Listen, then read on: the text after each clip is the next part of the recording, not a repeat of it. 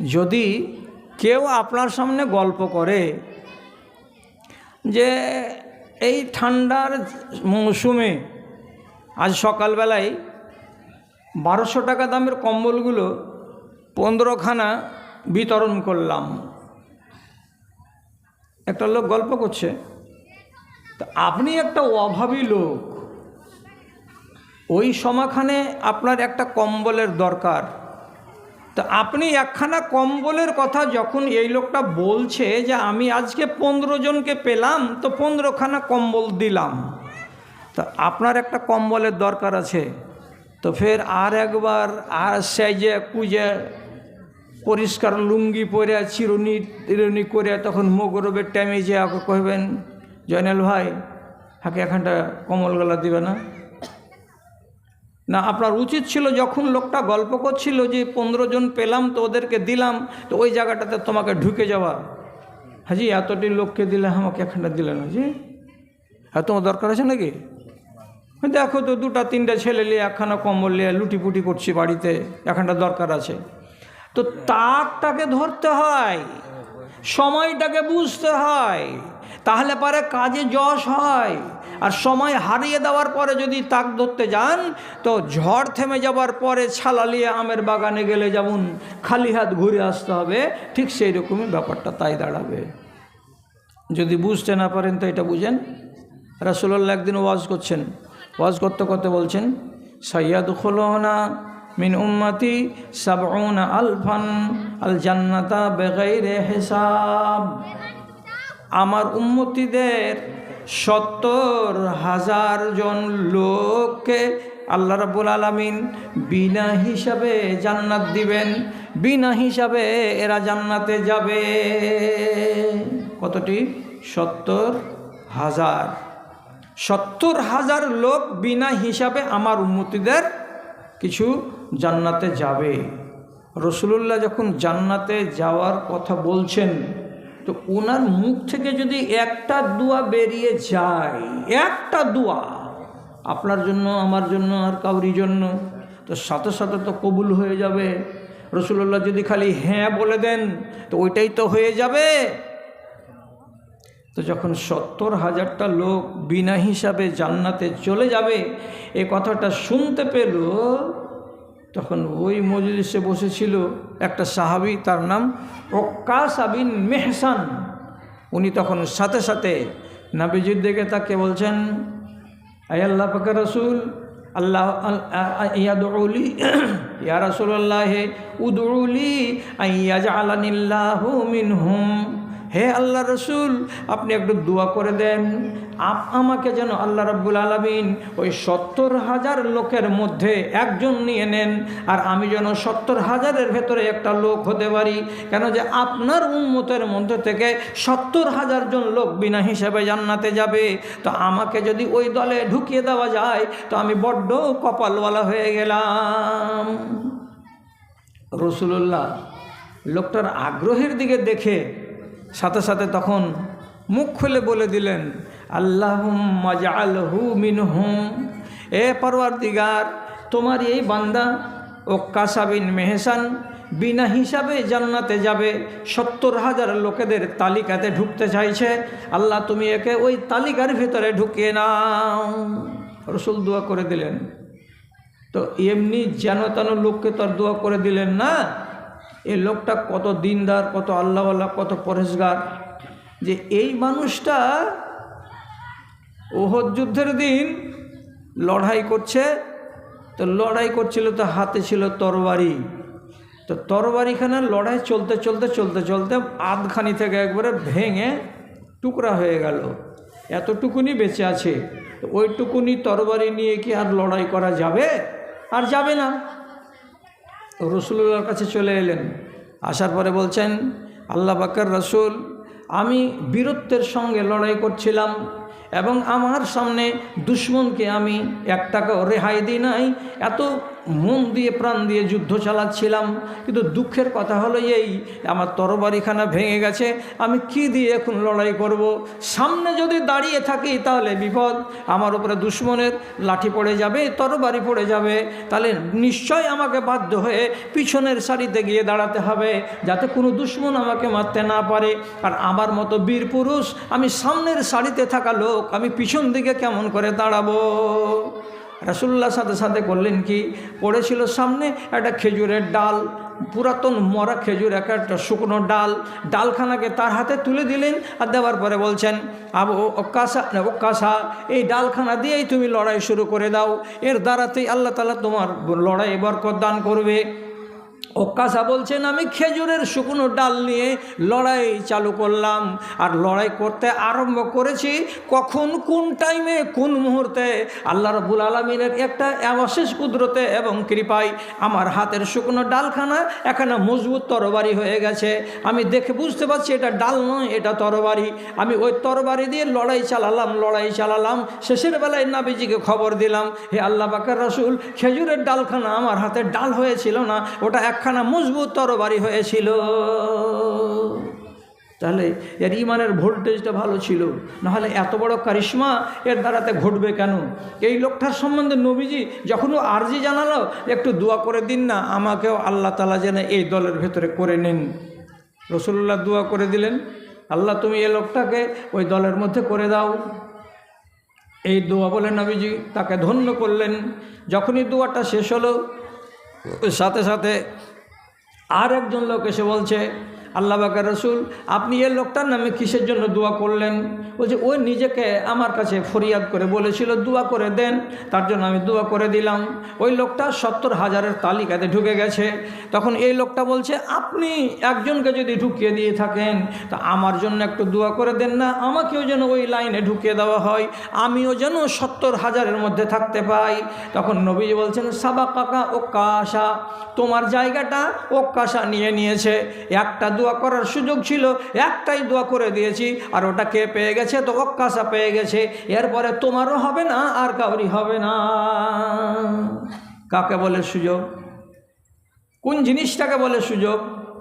সুযোগ যদি চিনতে চাও তাহলে লম্বা চওড়া ওয়াজ আজকে করা যাবে না। কেন যে আপনারা লম্বা চওড়া ওয়াজ করার মতো প্রস্তুতি নিয়েছেন, কিন্তু আপনাদের কপালে অতখানি লেখা নাই। শর্ট করে বলছি, আপনার দুই কাঁধে দুটো ফেরেশতা আছে কি না? এমনিতে আমরা সেই শুধু জানি, তো কথাটা একবারে ঠিক নয়, আর কথাটা একবারে ভুল নয়। কি বলি আমরা? যে দুটা ফেরেশতা আছে, কেরামান কাতেবিন। দুটা ফেরেশতার নাম, একটার নাম কেরামান আর একটার নাম কাতেবিন, এটা কথা নয়। ওই ফেরেশতা দুটার পরিচয় হলো কি? কেরামান কাতেবিন, সম্মানজনক দুটো মুহুরিল, যেটা দুই কাঁধে রব্বুল আলামিন বসিয়ে রেখেছেন।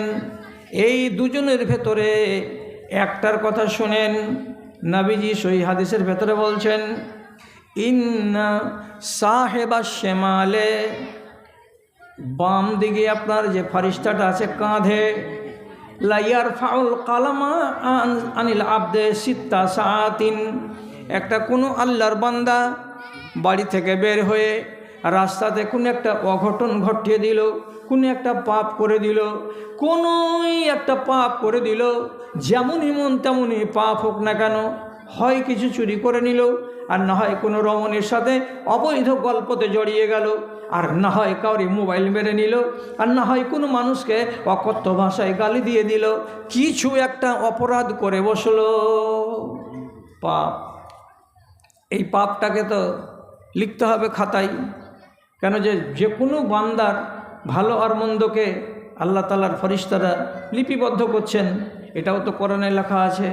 কে পড়বে আগামীকালকে কোরআন মাজিদের বাংলা সূরা কাফ? গুণীপক্ষরে একটাও বেটি ছেলে আছে যে কালকে বাংলা কোরআন মাজিদ ওর বাড়িতে আছে, যে খুলে পড়বে? যে মুলি সাহেব বলেছিল সূরা কাফটাকে একবার পড়ে দেখি তো কী আছে ওতে। ওখানে লেখা আছে, মা ইয়ালফিযু মিন কাউলিন ইল্লা লাদাইহি রাকিবুন আতীদ।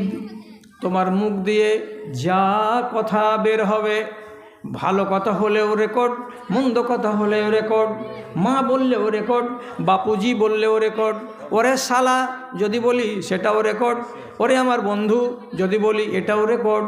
একটা কথাকে ছাড়া হবে না, সমস্ত কথাগুলোকে রেকর্ড করা হবে। আর সেই সাথে সাথে যতগুলো আমল আপনি করবেন, যতগুলো আমল করবেন, যত রকমের আমল করবেন, সবগুলো আমলকে আল্লাহর ফেরেশতারা রেকর্ড করে নেবেন, আওয়াজ রেকর্ড করবেন, ছবিও রেকর্ড করে নেবেন। এগুলো দরকার হলে কিয়ামতের দিন রব্বুল আলামিন বান্দাদের সামনে হাজির করে দেবেন। এটা একবারে সহি কথা।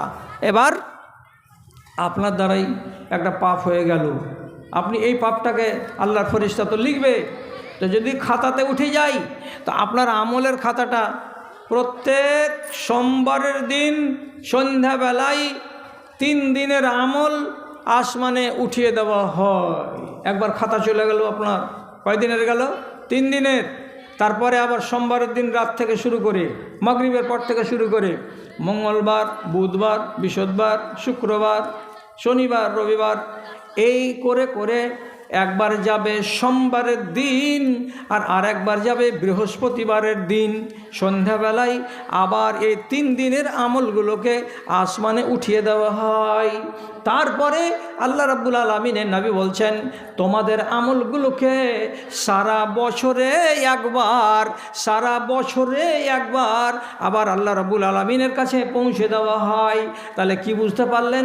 আমাদের আমলের রেকর্ডগুলোকে আল্লাহ তাআলার কাছে 3 রকম করে পৌঁছে দেওয়া হয়। একবার হলো কি 3 দিনের রিপোর্ট, আর একবার হলো কি সপ্তাহের রিপোর্ট, আর একবার রিপোর্ট হলো কেমন বাৎসরিক রিপোর্ট। এরকম করে 3 বার করে খাতা তৈরি করে করে আমার আমলগুলোকে, বান্দার আমলগুলোকে আসমানে পৌঁছে দেওয়া হয়। ফেরেশতা বসে থাকবে খাতা লিয়া, না লিখবে? তো লিখবে তো সবই। তো মিঠা কথা কোনটা? তো মিঠা কথা হলো এইটা, আপনি যেটা কাজ করলেন ভাদু স্ট্যান্ড যেতে যেতে, কাজটা ভালো করেননি, কাজটা কি করেছেন? মন্দ কাজ করেছেন। তো এই মন্দ কাজটার ব্যাপারে তখন নবীজি বলছেন কি, আল্লাহর ফেরেশতা যেটা বাম দিকে আছে কলম আর খাতা নিয়ে 6 ঘন্টা ধরে খাতাটাকে আর কলমটাকে নিয়ে রেডি হয়ে বসে আছেন, লিখব লিখব লিখব, কিন্তু 6 ঘন্টা লিখব না রে বান্দা, 6 ঘন্টা লিখব না। কটাতে করেছিলেন পাপটা? বেলা 10টায়, 10টার সময় পাপ করেছি। 6 ঘন্টা পর্যন্ত আল্লাহর ফেরেশতা অপেক্ষা করছে, এখনও লিখিনি খাতায়, এখনও লিখিনি খাতায়। যখন 4টা বেজে যাবে তখন এই পাপটাকে লিপিবদ্ধ করা হবে। 6 ঘন্টা লিখে না তো কি করে? আপনি বলেন যে কি করে? কি করে? ওই ফাইন্নাহু ইয়ান্তাজিরু, আল্লাহর ফেরেশতা শুধু ঘাঁটা দেখে। ইনিস্তাগফারা, লোকটা যদি পাপ করার পরে 6 ঘন্টার মধ্যেই ইস্তেগফার করে, আল্লাহর কাছে মাপ চায়, ক্ষমা চায়, কি বলে, এই পরওয়ারদিগার, আমি বেলা 11টার সময়, বেলা 10:30টার সময় অমুকের বাগানে বাড়ির সামনে এই অন্যায়টা করে চলে এসেছি, আল্লাহ তুমি আমাকে মাপ দাও। তো বান্দা যদি ইস্তেগফার করে, ইস্তেগফার মানে কি? আল্লাহর কাছে মাপ চাওয়া। মাপ চাওয়া মানে কি? আরবিতে বলতে হয় আস্তাগফিরুল্লাহ, আস্তাগফিরুল্লাহ। নিয়াত করলাম কোনটা? তো বেলা 11টার সময় যেটা পাপ করেছিলাম সেটা। ওই নিয়াতে যদি আমি বলি আল্লাহ তুমি আমাকে মাপ দাও, আস্তাগফিরুল্লাহ, কিংবা আমি যদি বলি আস্তাগফিরুল্লাহ হে রাব্বি মিন কুল্লি যামবি ওয়া আতুবু ইলাইহি, এই ভাষাটা যদি বলতে পারি, আল্লাহ রাব্বুল আলামিন এনে বলছেন আলকাহু, আল্লাহর ফেরেশতা ওই পাপটাকে যে হাতে করে নিয়েছিলেন, লিখবার জন্য তৈরি হয়েছিলেন, পাপটাকে হাত থেকে ফেলে দেন জমিনে, যে যারে পাপ যা, তুই এখান থেকে সরে যা, তোকে আমি আমার খাতায় লিপিবদ্ধ করবে না। যদি 6 ঘন্টা পার হয়ে যায়, যদি 6 ঘন্টা গত হয়ে যায়, তাহলে কি হবে? ওইটাকে আল্লাহ রাব্বুল আলামিনের ফেরেশতা খাতাতে একটা পাপ বলে লিপিবদ্ধ করে দেবেন। এবার আপনার নামে আপনার খাতায় পাপ জমা হয়ে থেকে গেল। কি করবেন এবার? সুযোগটাকে হাতছাড়া করবেন? সুযোগটা যদি বলেন যে আমি হাতছাড়া করে দিলাম, তাহলে এই গুনাহটা যে থেকে গেল, তো আর একদিন তো বলবেন বলে সাহেব মেলায় গুনাহ খাতা করেছি জি, তো এগুলা গুনাহ কেমন করে মাফ হবে? আমি আমার জীবনে নাম করা অনেক মানুষকে দেখেছি, ডন, যারাকে বলা হয় ডন। আমি নাম বলবো না, আল্লাহ তাআলা ওনাদেরকে মাফ করে দিয়ে থাকেন তো আলহামদুলিল্লাহ। আমাদের এলাকায় একটা ছিল, আর বাটনা এলাকাতে একটা ছিল। ওদের দুজনের নাম শুনতে গেলে এটা আজকের কথা নয়, 50 বছর আগেকার কথা। আপনি বলবেন যে তুমি ফের 50 বছর আগেকার কথা কেমন করে জানলা? তা আমার বয়স হলো 65 বছর। আমার মা বাবা নানা নানি এদের মুখ থেকে সব শুনেছি, সব জেনেছি। ওই লোক দুটোর আওয়াজ শুনতে পেলে মানুষ রাতের ঘুম হারাম করে দিত। ডরে ভয়ে কোনো দিন এশারের নামাজের আগে আগে বাড়ি ঢুকতে পারলো তো পারলো, না তো 3জন 4জনকে সাথে করে নিয়ে বাড়ি আসতো। কি হবে আল্লাহ তুমি জানো। এরা নাহি একদিন ডন ছিল, কিন্তু মশলা কি বলেছি গোড়াতে আপনাকে, বুড়া যে বাঘ যখন বুড়া হয়ে যায় তখন ও বুজরুগ হয়ে যায়। আর কোনো গরুর, ছাগলের, ভেড়ার, বকরির ঘাড় মটকাতে যায় না। অথচ যৌবনকালে ওর সামন দিয়ে যদি কোনো শুয়ার গেছে, বকরি গেছে, ছাগল গেছে, ভেড়া গেছে, পেটে জ্বালা থাকলেও আর পেটে জ্বালা না থাকলেও ঘাড়কে মটকে দিয়ে মেরে দিয়েছে। ওই বাঘের যখন শরীরে তাগত থাকে তখন এই কাজ করে, আর যখন বুড়া হয়ে যায় তখন বুজরুগ হয়ে যায়, আর করে না। আপনিও তো করবেন, তখন তো বলবেন আল্লাহ আমাকে মাপ দাও, আল্লাহ আমাকে মাপ দাও। 25 বছর বয়সে অমুক জায়গাতে এই কাজ করেছি, আল্লাহ তুমি আমাকে ক্ষমা দাও। এক একটা গুনহার নাম নিয়ে নিয়ে আপনি আল্লাহ তাআলার কাছে মাপ চাইবেন। এটা তো আমাদের ফিতরাত, এটা তো আমাদের নেচার। তখন কি হবে? কি হবে? আপনি যে সুযোগকে হাতছাড়া করেছেন, তখন কি সুযোগটা ছিল? শুধু আস্তাগফিরুল্লাহ, এটা বলতে গেলেই মাফ হয়ে যেত। কিন্তু আপনি সুযোগটাকে হাতছাড়া করতে গেলে এবার কি দশাটা দাঁড়াবে? অনেক লকড়ি কাঠি পুড়াতে হবে, অনেকখানি মেহনত করতে হবে, অনেকখানি কষ্ট করতে হবে। তারপরে ওই গুনাহটা আল্লাহ তাআলা মাপ দিবেন। অত সহজে মাপ দিবেন না। আল্লাহ মাপ দিবেন, কিন্তু আপনাকে লকড়ি কাঠি বেশি পোড়াতে হবে। এই জন্য রাসূলুল্লাহ কী করতেন? তিনি নিজে বলছেন, ওয়াইন্নি আস্তাগফিরুল্লাহ ফিল ইয়াউমি ওয়াল লাইলাতি মিয়াতা মাররাতিন। আমি নবী, আমার কোনো গুনাহ নাই, খাতা নাই, পাপ নাই, কিছুই নাই। তবুও তিনি বলছেন দিনে আর রাতে আমি কম করে হলেও 100 বার করে আস্তাগফিরুল্লাহ পড়ি, 100 বার করে আস্তাগফিরুল্লাহ পড়ি। এসে পৌঁছেনি? খবর নিয়ে দেখো একবার, কারণ ঘড়িতে তো 10টা বাজলো। তো আপনার অসুবিধাটা কোথায়? 100 বার আপনাকে বলতে বলছি কি, যাই বলো গুণী পোখরের লোক 100 বার করে আস্তাগফিরুল্লাহ বলো। আমি বলছি আপনাকে ওটা বলি না। আমি বলছি চলতে ফিরতে, কখনো সখনো, দুপুরে, ভাটিবেলায়, মাগরিবে, জোহরে, সকালে 1-2 বার করে আপনার মুখ থেকে শুধু বেরিয়ে যাবে কি কথা? আস্তাগফিরুল্লাহ। অভ্যাস করেন, অভ্যাস করলে সব হয়ে যাবে। আরে অভ্যাস করেন আমার ভাইয়েরা আর আমার বোনেরা, অভ্যাস করলেই অভ্যাস হয়ে যাবে। আস্তাগফিরুল্লাহ পড়ে একটা নিয়ম করে নেন যে মাঝে সাঝে আস্তাগফিরুল্লাহ বলবো। আপনার কোনো গুনাহ খাতা গায়ে থাকবে না। মানুষ হলো অভ্যাসের দাস। একগুলো লোক আছে এই দুনিয়াতে, ওই লোকগুলো কি করে? ওরা হলো তাসাউফ, ওরা নিজেদেরকে বলে সুফিবাদ। আমরা সুফিবাদী, সব সময় জিকির জিকির জিকির জিকির জিকির ছাড়া ওরা থাকবে না। তো ওরা ট্রেনিং করে, ট্রেনিং করতে গেলে একদিনে হবে না, 1 মাসে হবে না, 1 বছর লেগে যেতে পারে। আবার যখন এটা করা হয়ে যাবে তখন ওদের দিব্য অভ্যাস হয়ে যাবে। কেমন?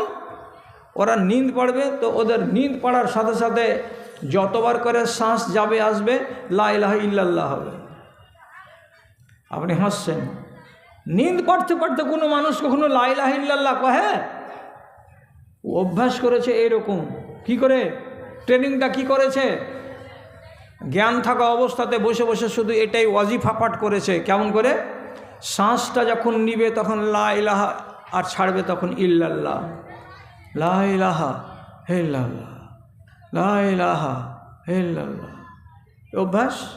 টানছে তখন লা ইলাহা, ছাড়ছে তখন ইল্লাল্লাহ। এই করে করে করে করে করে 1 মাসে, 1.5 মাসে, 2 মাসে, 6 মাসে, 8 মাসে, 10 মাসে এই ট্রেনিং চালিয়ে চালিয়ে চালিয়ে চালিয়ে ওর এমন হ্যাবিট হয়ে যাবে, ও যখন ঘুমিয়ে থাকবে তো ঘুমন্ত অবস্থাতে ওর কাছে যদি দাঁড়াবেন তো ওর মুখ থেকে ওইরকম আওয়াজ বেরিয়ে আসবে। শ্বাস টানছে তো টানছে তো লা ইলাহা, ছাড়ছে তো ইল্লাল্লাহ। আচ্ছা, বাবা রামদেব আর পেটের এই ভুঁড়িটাকে পাকে পাকে ঘুরেছে, এটা কেউ দেখেছেন? দেখেছে? আর এই ভুঁড়িটাকে এই ভুঁড়িটাকে খালি গায়ে গেঞ্জি টেঞ্জি তো থাকে না, খুলে দিল আর দেওয়ার পরে আপনার সামনে ব্যায়াম করে দেখাচ্ছে পেটের এই ভুঁড়ির জায়গাটা এমনি গোল গোল গোল গোল হ্যাঁ পাকে পাকে পাকে পাকে ঘুরছে। তো কি করেছে? অভ্যাস করেছে বলে তো। আপনি আস্তাগফিরুল্লাহ পড়া অভ্যাস করে নেন দিনে আর রাতে, মাঝে সাঝে বলতে থাকবেন, একটা অভ্যাসে পরিণত হয়ে যাবে। যখন তখন বলবেন আস্তাগফিরুল্লাহ আস্তাগফিরুল্লাহ, তাহলে আপনার গুনাহ গায়ে থাকবে না। কি বললেন নবীজি?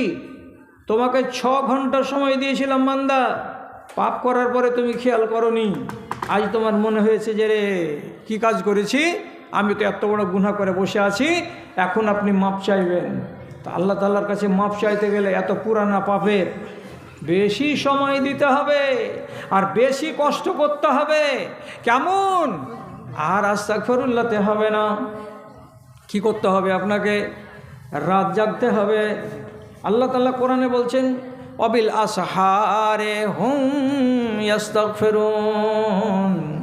কিছু মানুষ জেগে যায় আর জেগে যাওয়ার পরে রাত্রি 2:30টা 3টার সময় যখন সারা জগতের মানুষ ঘুমায় তখন সে আল্লাহর কাছে হাজিরা দেয়। মসজিদে গিয়ে কি করে?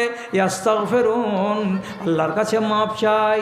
এটার মানেটা কি? এটা নিয়মটা কি? আবু বকর সিদ্দিক রাদিয়াল্লাহু তাআলা আনহু বলছেন একটা নমাজ আছে, নমাজটার নাম হলো সলাতুল হাজা, কিংবা নমাজটার নাম হলো সলাতুত তাওবা।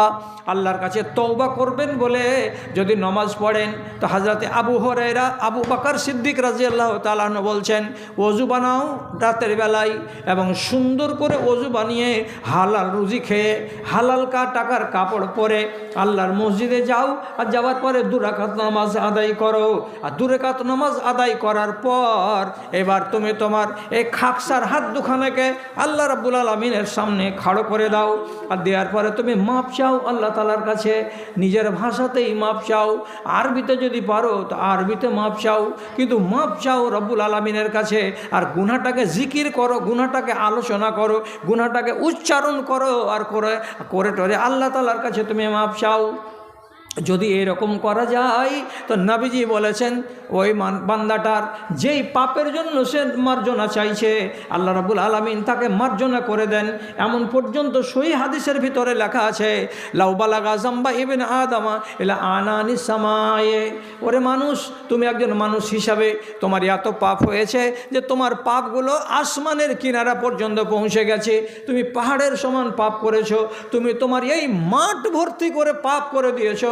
এত বড় পাপী তুমি। এত যদি পাপ থাকে এবং রাতের বেলায় গিয়ে নির্জনে বসে তুমি যদি আল্লাহ রাব্বুল আলামিনের সামনে 2 রাকাত নামাজ আদায় করার পরে মাপ চাও তো রব্বুল আলামিন এনে বলছেন আল্লাহ আমাকে বলে পাঠালেন লা গাফারতু লাহুম, আমি তাদেরকেও মাপ করে দিতে রাজি আছি। তাহলে এটা সহজ হলো কি? কবে হবে এটা? রাতে। রাসূলুল্লাহ বলছেন রাতে। কন্নাসো নিয়াম, সারা দুনিয়ার মানুষ ঘুমাবে, আপনার বাড়ির লোকেরা ঘুমাবে, মসজিদের ইমাম সাহেব ঘুমাবে, গ্রামের লোকেরাও ঘুমাবে, বাল বাচ্চা ঘুমাবে, সব ঘুমে অগর ঘুমে পড়ে থাকবে। আর ওই রকম 2:30টা রাত্রিতে নির্জন সময়ে মসজিদে যেতে হবে, বাতি জ্বলবে না, অন্ধকারে বসে বসে নামাজ পড়তে হবে। আর পড়ার পরে আপনাকে এই দোয়াগুলো করতে হবে আল্লাহর কাছে। ঠেলা নয়। এই জানুয়ারি মাসে কত ঠান্ডা পড়েছে যে 4টা-5টা কাপড় গায়ে দিয়ে আছি তবুও ঠান্ডা যেন কাটে না। হ্যাঁ, আর এইরকম লোকটাকে যদি কেউ বলে যাও মসজিদে গিয়ে তুমি ওযু করে নামাজ পড়ো আল্লাহ তাআলার কাছে, তো আল্লাহ মাপ দিবে। তো যখনই কলসি থেকে পানি ঢেলে ওযু করতে যাবে, প্রথমবারের পানিটা যখনই হাতে ঢালা হবে, ওরে সুবহানাল্লাহ, সারা শরীরে যত লোমগুলো আছে সব কাটা কাটা হয়ে খাড়ো হয়ে যাবে। এত ঠান্ডা, আর এত ঠান্ডা। ঠেলা লাগলো না? অজু করতে, তারপরে জামা কাপড় গায়ে চাপে মসজিদে হাঁটছেন, শিরশির করে পশ্চিমী হাওয়া লাগছে, ঠেলা লাগে না? ঠেলা লাগছে। মসজিদে গেলেন, কোনা থেকে নামাজ পড়ছেন 2 রাকাত ঠান্ডাতে, ঠেলা লাগছে। আবার ওইখানে বসে বসে আল্লাহ তাআলার কাছে আরাধনা করে বলছেন, আল্লাহ তুমি আমাকে মাপ দাও। কয় মিনিট সময় দিলেন? 15 থেকে 20 মিনিট সময় দিলেন। দেওয়ার পরে বাড়ি এলেন মনে মনে যে আল্লাহ আমাকে মাপ দিয়েছেন। তো আপনি সহজ কাজটাকে সুযোগ হাতছাড়া করার কারণে কেন জটিল করতে গেলেন? আপনি নিজে থেকে যদি সময়কে নষ্ট করে দেন তা দায়ীটা কে? এই জন্য আমি গোড়াতেই আপনাকে বলেছি, সুযোগকে হাতছাড়া করবেন না, আর সময়ের সদ্ব্যবহার করতে শিখুন। আল্লাহ তাআলার নবী বলছেন 6 ঘন্টা তোমাকে টাইম দেওয়া হয়, আপনি সময়টাকে নষ্ট করলেন কেন? তাড়াতাড়ি যদি আমি করতাম তো আমার অসুবিধাটা কোথায় ছিল? অসুবিধা তো ছিল না। কিন্তু আমি এমনই মানুষ, সুযোগ কথাটাকে আমি বুঝি না। আমি একটা সহি কথা আপনাদেরকে বলে দেই, আর বলে দেওয়ার পরে আমি চেষ্টা করছি আপনাদের পরবর্তী বক্তা যেটা কাটিহার থেকে এসেছে ভোজপুরি আমার মনে হয় পৌঁছে গেছে এতক্ষণ পর্যন্ত, তো তাকে আবার স্টেজে নিয়ে আসা হবে। তো ওটা হাজার হোক আপনাদের কাছে নতুন মুখ, আর আমি তো হলাম পুরাতন, আমার মুখ নতুন নয়। কি কথাটা বলছি, কথার দিকে খেয়াল করুন, কথার দিকে খেয়াল করুন। যে কটা লোক আছেন আপনারা তাকেই বলছি। আল্লাহ পাকের নবীর স্ত্রী আয়েশাকে অপবাদ দিয়েছিল কয়েকজন লোক। অপবাদটা কি? অপবাদটা কি? এক যুদ্ধে গেছিলেন নবীজি আয়েশাকে সাথে করে নিয়ে। যুদ্ধটার নাম হলো গাজওয়ায়ে বানি মুস্তালাক। তো যখন ওখান থেকে রওনা হবে তো এক গেলা টাপ্পর থাকে আরব দেশে, ওই টাপ্পরের ভেতরে ফিমেল বসে যাবে, আর লোক যারাকে নিযুক্ত করা আছে ওরা এই টপ্পরটাকে চারদিক থেকে ধরে উটের পিঠে চাপিয়ে দিবে, দিয়ে ওটাকে কষে দিবে, উটকে খাড়ো করে দিয়ে এবার রওনা হবে। তো মা আয়েশা ছিলেন খুব হালকা হালকা ওজন। তো যখন চলো এখান থেকে আমরা সফর করি আওয়াজ হলো, তো ওই টাইমে মা আয়েশা গেছিলেন মাঠের দিকে নিজের দরকার পূরণ করতে। তো যারা এই টপ্পরটাকে উটের পিঠে বাঁধবে তারা তখন করলো কি, পর্দা দিয়ে ঘেরা আছে, দেখতে তো পেল না, মনে মনে ভাবলো যে ভিতরে তো আম্মা আয়েশা আছে। তো 4 জনে মিলে টপ্পরটাকে ধরে উটের পিঠে তুলে দিল, গিরহা বেঁধে দিল, উটকে খাড়ো করে হাঁটা দিয়ে দিল। এরা মনে মনে ভাবছে আয়েশা টপ্পরে আছে। 1 মঞ্জিল চলে যাওয়ার পরে রসুলুল্লাহ যখন আরামের জন্য সাহাবীদেরকে থামালেন, তো নিজের বিবির টপ্পরের কাছে উটের কাছে এসে বলছেন, আয়েশা বাহির হও। তো আয়েশা উটের টপ্পরের ভিতরে নাই। বলছে কি হলো আয়েশা? যাও যাও যাও, যেখান থেকে আমরা সফর করেছি ওখান পর্যন্ত দেখো, এ তো হারিয়ে টারিয়ে গেল। তো অন্য আরেকজন সাহাবী সব পিছে উনি আসছিলেন, উনি মা আয়েশাকে মাঠের ভেতরে একাই পেয়ে তার কাছে গিয়ে বললেন, আপনি একাই কেন, উটে চড়ে যাননি কেন? তো বলছে আমি আসছি তো আমার উট রওনা হয়ে গেছে। তখন আমি দিশা না পেয়ে এই বালুর উপরে গরম বালুতে চাদরখান পেড়ে দিয়ে আমি গায়ে কাপড় চাপিয়ে আরাম করছি যে কেউ তো আসবে। তো বলছি চলেন আমার উটে আপনাকে নিয়ে চলে যাচ্ছি। তো উনি উটে করে মা আয়েশাকে চাপিয়ে নিয়ে চলে আসলেন। তো এই যে রাস্তাখানি এলেন, বাহারাল থেকে হাঁটা দিয়ে শামসি পর্যন্ত 14 কিলোমিটার রাস্তা। একটা নর আর একটা নারী, আর তো কেউ নাই। মানুষের ভেতরে যখন ওয়াসওয়াসা দেয় শয়তান তখন কি না কথা হয়।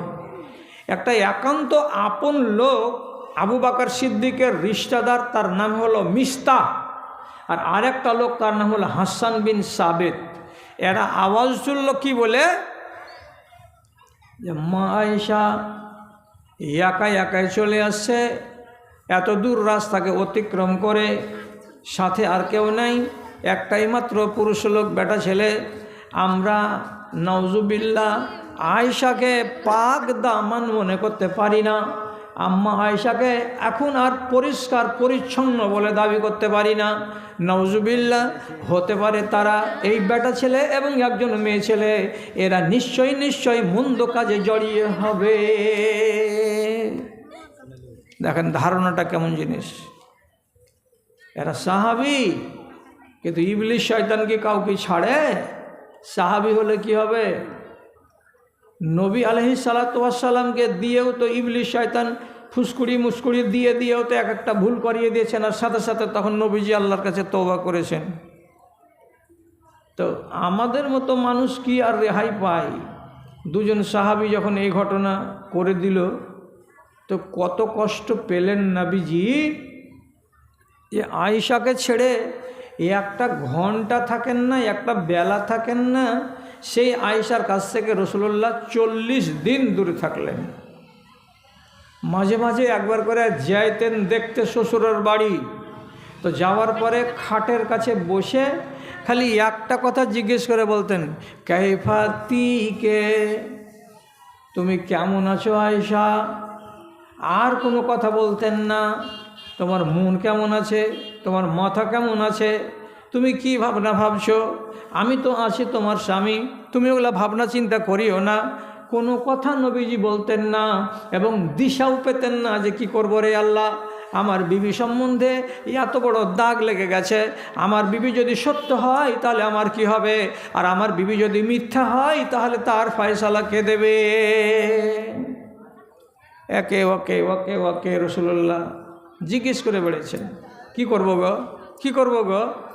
শেষে নবীজি থামতে না পেরে উনি এই কথাটা বলে বসলেন, মাইয়াজুরনি ফি আহলি আজানি রাজুলুন মিন্না, আমাকে আমার পরিবার সম্পর্কে কে সাহায্য করবে, কে মদত করবে, যেই পরিবারকে কেন্দ্র করে আমারই দলের কিছু লোক আমাকে ঝামেলায় ফেলেছে, আমাকে কষ্ট দিয়েছে, কেউ আসো তোমরা সাহাবীরা আমাকে মদত করতে পারবে কিনা। শেষে একদিন একটা বাড়ির কাজের মেয়ে ছেলে, তো ওই মেয়ে ছেলেটার নাম হলো বারিরা, বেটি ছেলে কাজের মেয়ে, ওকে যে নবীজি জিজ্ঞেস করে বলছে, বারিরা, বারিরা, জি বলুন আল্লাহ রসুল। তো বলছে আয়েশা এসে নিয়ে আসেন, নিয়ে আসেন, দেরি করে লাভ নাই, নিয়ে আসো, তাড়াতাড়ি নিয়ে আসো মুলি সাহেবটাকে। আচ্ছা আচ্ছা, তো শেষ করে দিই। তো যা হোক, রসুল খুব কষ্ট পেলেন। শেষের বেলায় আল্লাহ আয়াত নাজিল করে বললেন, আপনার বিবি একদম পবিত্র, এর গায়ে কোনো দাগ নেই। ইলজাম যারা যারা দিয়েছিল ওরা দোষী সাব্যস্ত হলো। তখন হযরত আবু বকর সিদ্দিক ওই যে মিস্তাহ নামটা ছিল লোকটা, ওর ব্যাপারে বলছেন, আমি এরপর থেকে একটা কানা করি আমার এই রিশতেদার খালাইতো ভাইকে মিস্তাকে আর দিব না। কেন যে একে আমি খানা পানি দিয়ে চালাচ্ছি, আর এই লোকটা আমার বেটির নামে এত বড় বদনাম রটিয়েছে, কাজে আজ থেকে তোমার সাথে সম্পর্ক আমার শেষ, তুমি আমার দিকে আর তাকাইও না, তোমার বাড়িতে আমার চাল ডাল কিছুই যাবে না। তখনই আল্লাহ তাআলা একটা আয়াত নাজিল করে বলছেন, পয়সাওয়ালারা তোমরা হাতটাকে ঢুকে নিও না, পয়সাওয়ালারা গরিব লোক যারা যারাকে তোমরা মানুষ করছো খাইয়ে দাইয়ে, তাদের উপর থেকে দয়ার হাতটা তোমরা টেনে নিও না। একটা কথা বলা হলো। তারপরে শেষের বেলায় আল্লাহ তাআলা বলছেন, আল্লাহ তুহিব্বুনা আন ইয়াগফিরাল্লাহু লাকুম, ওরে তোমরা কি রাজি নও যে আল্লাহ তাআলা তোমাদেরকে মাফ করে দেন, আল্লাহ তাআলা তোমাদেরকে বকশিশ করবেন, মাফ করবেন, এটা তোমরা নিতে রাজি কিনা? যখন আবু বকর জানতে পারলেন এই আয়াতটা তো আমাকেই বলা হচ্ছে, আমাকেই আল্লাহ তাআলা বলছেন, তাহলে মিস্তার খানা বন্ধ করা আমার ঠিক হয়নি এবং মিস্তাকে বঞ্চিত করা আমার ঠিক হয়নি। তখন নিজে বলছেন, হ্যাঁ রাব্বুল আলামিন, আমি রাজি হয়ে গেলাম, আমি মিস্তাকে মাফ করে দিলাম, মিস্তাকে আমি খানা দেব এবং আপনি আমাকে মাফ করবেন, আপনি আমাকে ক্ষমা করবেন, এটা আপনার পক্ষ থেকে আমি পাবো, এটা আমি চাই, আমি সব ভুলে গেলাম, আমি সব ভুলে গেলাম। আবু বকর যেমনি আয়াত নাজিল হলো 15 দিন টাইম নিলেন না, না ওকে মাপ দেওয়া হবে না, ওকে দেখবো, ওকে মজা চাখাবো, এমন কিছুই করলেন না, সাথে সাথেই বললেন আমি স্বীকার করে নিলাম। তো সুযোগকে কাজে লাগাতে হয়। যাই হোক, অনেক কথা তো শোনা হলো, নাই নাই নাই নাই করে আমি 10টা বাজতে যখন 10 মিনিট দেরি, তখন কথা আরম্ভ করেছি, আর এখন 11:25 বাজতে চললো। তো কমক্ষণ বকা হলো, অনেকক্ষণ বকে দিলাম।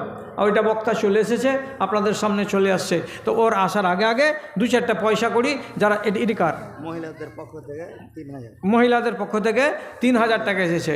আর আমভাবে দুয়াছে। আচ্ছা, আর বেশি কতই বা আসবে? তোমরা তো এই পুকুর পাড়ে এই তো এই ছোটো কয়েকটা বাড়ি গালা, এরই ভিতর থেকে আমিনা ফতেমা মিলিয়ে 150 জন বেটি ছেলে, তাতে দিয়েছো 2600 টাকা। আলহামদুলিল্লাহ, মাশাআল্লাহ, জাযাকাল্লাহ। আর এক দুবার এসছে, আল্লাহুম্মা আইয়িদহুম বিল ইলমি ওয়াল হিলমি ওয়া যায়্যিনহুম বিল ঈমানি ওয়াত তাকওয়া ওয়া লা তুআররিজহুম বিল ফিতানি ইয়া রাব্বাল আলামিন। আল্লাহুম্মা ইগফির লাহুম ওয়ারহামহুম ওয়াআফিহিম ওয়া'ফু আনহুম ওয়া আকরিম নুজুলাহুম। রব্বানা তাকাব্বাল মিন্না ইন্নাকা আনতাস সামিউল আলিম। আমিন আমিন।